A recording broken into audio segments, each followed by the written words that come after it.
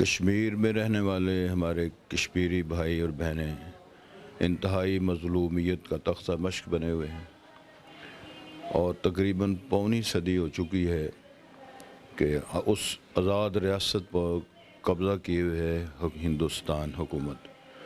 اور میرا خیال ہے کہ ہم پاکستان کے رہائشی جتنے لوگ ہیں، جماعتیں ہیں، علماء کرام ہیں، اسکالر لوگ ہیں، چلا چلا کے ہم یہ اپنی آواز کو بلند کر رہے ہیں، سڑکوں پہ نکلے ہوئے ہیں، لیکن ان کے اوپر جو ظلم ہو رہے ہیں، ان کے ساتھ جو زیادتیاں ہو رہی ہیں، ان پر جو انہوں نے جو کچھ بھی ان کے ساتھ کیا ہے، بلکہ میں سمجھتا ہوں کہ ان کے اوپر جو کرفیو لگے رہے، ان کی ادویات بند ہیں، ان کی میتوں، لاشوں اور ان کی عزتوں کو جو لوٹا جاتا ہے، ہم آواز بلند کرتے ہیں، احتجاج ہم کر سکتے ہیں اور اللہ سے دعا کر سکتے ہیں کہ یہ انتہائی رسالت مآب کے ارشاد پاک ہے، انصر اخاک ظالماً او مظلوماً، اپنے ظالم بھائی کی بھی مدد کرو، مظلوم بھائی کی بھی مدد کرو۔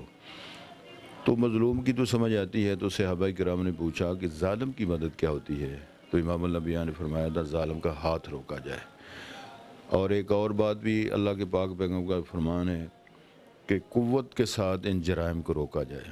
فَإِن لَمْ تَسْتَطِعْ فَبِلِسَانِكَ، اگر آپ کے قوت نہیں ہے تو پھر زبان کے ساتھ ان تمام جرائم کو روکا جائے۔ فَإِن لَمْ يَسْتَطِعْ فَبِقَلْبِهِ وَذَلِكَ أَضْعَفُ الْإِيمَانِ، اگر قوت بھی نہیں ہے، زبان میں گویائی کی طاقت نہیں ہے، تو کم از کم ضمیر تو مردہ نہ ہو، ضمیر کی آواز یہ ہو کہ اس کے ساتھ ہم اس کو برا سمجھیں اور اس کی موافقت نہ کریں۔ وَذَلِكَ أَضْعَفُ الْإِيمَانِ، یہ کمزور ترین ایمان کا درجہ ہے۔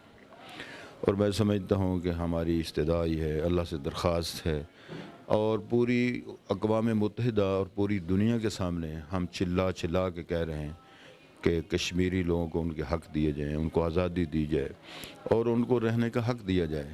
اور پاکستان کا مطلب کیا ہے؟ لا الہ الا اللہ، اور کشمیر بنے گا پاکستان، یہ نعرے بھی ہم لگاتے ہیں، چونکہ اس میں عصمتیں، اس میں عزتیں، اس میں خون، ندیاں بہائی گئیں، تو اس ملک ہمیں اس ملک کے ساتھ وفا کرنا چاہتے ہیں، اس کی حدود کی، جو ہمارے فوجی بھائی یا جو بھی اس محکمے میں ملک کی سرحدوں کی حفاظت کرتے ہیں، محکمانہ جو اس کی عزت احترام اور اس کی حفاظت کے لیے اپنی جان مال عزت کو قربان کرتے ہیں، ہم ان کو داد دیتے ہیں، دعا گو ہیں شہداء کے لیے۔ جتنے کشمیری لوگ شہید ہو گئے ہیں، جن بچیوں کی عزتیں لٹ گئی ہیں، اللہ سے دعا گو ہیں، اللہ ان کو جزائے خیر دے، عزتوں کی حفاظت فرمائے جو موجود ہیں، جو لوگ دنیا سے چلے گئے ہیں اللہ جوار رحمت میں جگہ نصیب۔ کشمیر میں کوئی جغرافیائی المیہ نہیں، انسانی المیہ ہو رہا۔ کشمیر کے لوگ 74 برس ہو گئے ہیں، خون بہا رہے ہیں، اپنا جانیں دے رہے ہیں، بچے مروا رہے ہیں، عزتیں لٹوا رہے ہیں۔ اقوام عالم کے منہ پر تھپڑ ہے، اس کے ضمیر پر ایک تمانچہ ہے۔ اگر اقوام عالم جاگ جائیں، وہ آزادی چاہتے ہیں اور چاہتے ہیں کہ ہم پاکستان کے ساتھ ملنا چاہتے ہیں، ان کو حق خود ارادیت چاہیے۔ پوری دنیا نے مانا ہوا ہے ان کے حق خود ارادیت، لیکن دیا نہیں جا رہا۔